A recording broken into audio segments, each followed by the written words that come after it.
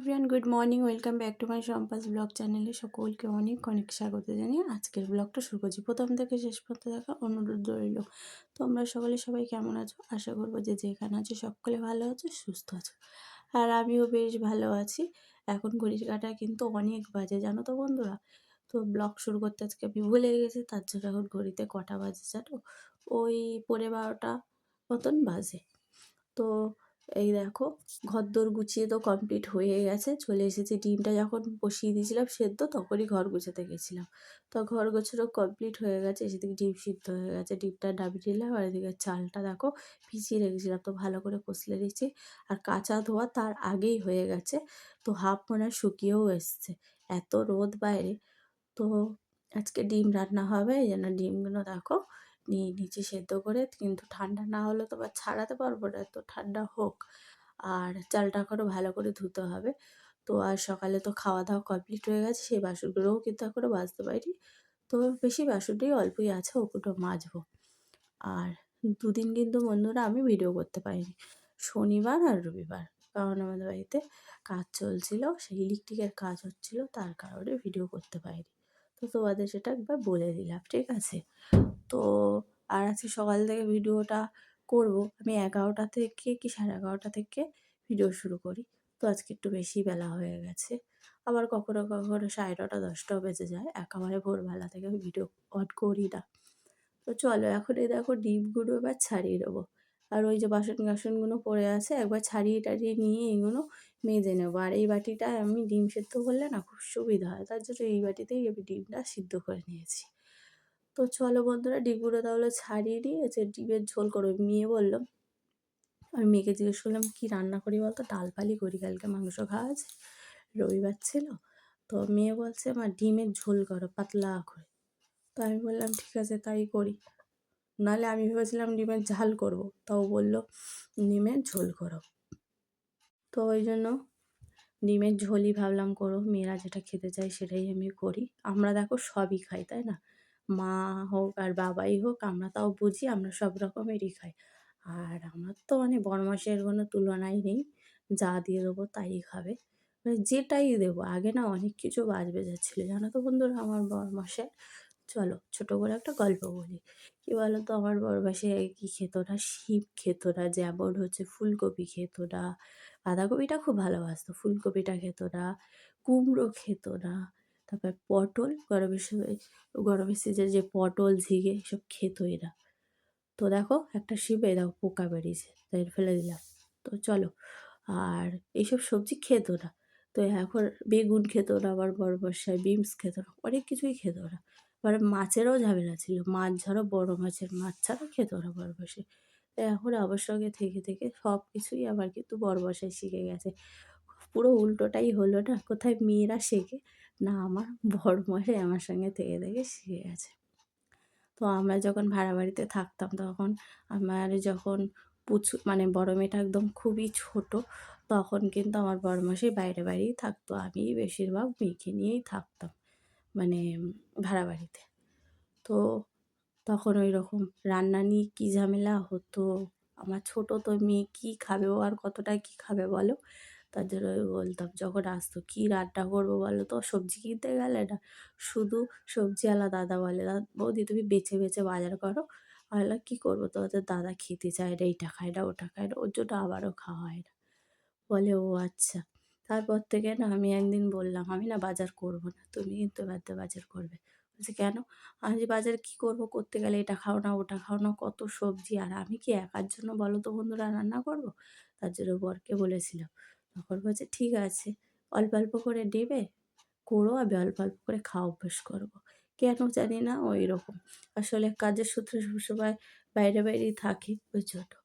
তো যাই হোক, সেই করতে করতে মানে রান্না করতে করতে অল্প করে খেতে দিতাম।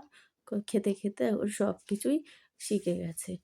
তো দেখো কথা বলতে বলতে সব রকমের সবজি কেটে পাঁচমিশালি তরকারি করে দিচ্ছি। আর তারপরে বললাম ডিমের ঝোল করবে, এই আজকে রান্না-বান্না করব।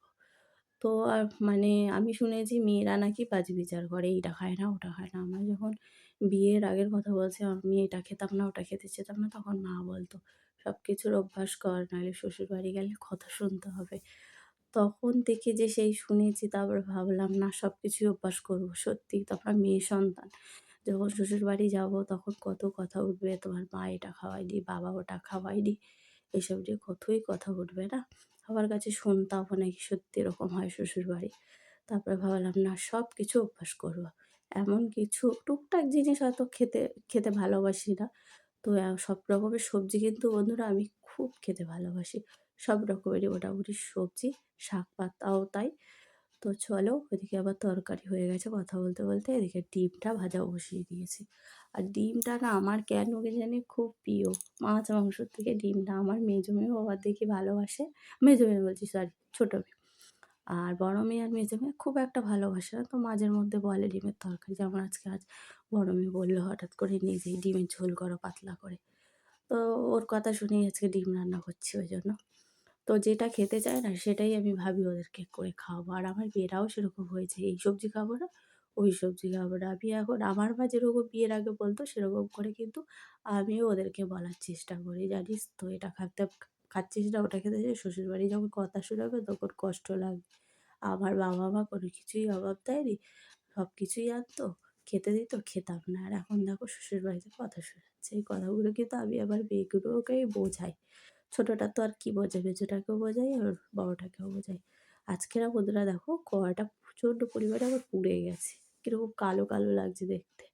তো দেখো ডিমটা দিয়ে দিলাম, কারণ মশলাটা কষানো হয়ে গেছে আলু দিয়ে, তাছাড়া ডিমটা দিয়ে দিলাম। এবার ডিম দিয়ে কষিয়ে জল দিয়ে দেবো। আজকে ঝোলঝোলই করতে বলেছে তাই ঝোল করবো। কিন্তু কি ভালো লাগছে না, মনে হচ্ছে যেন দেখো পুরো কষা, কষা এরকম নামিয়ে নিই। কিন্তু নামালে তো হবে না, মেয়ে বলেছে ঝোল করে করতে, তাই জল দিয়ে দিলাম। তো চলো, আর মেয়ে সন্তান হওয়া কত জ্বালা না, এই খাবো না, ওই খাবো না বললেও শ্বশুরবাড়িতে গেলে শুধু কথা শোনায়। সত্যিই হয় কিন্তু বন্ধুরা। তো দেখো আমার রান্না হয়ে গেছে।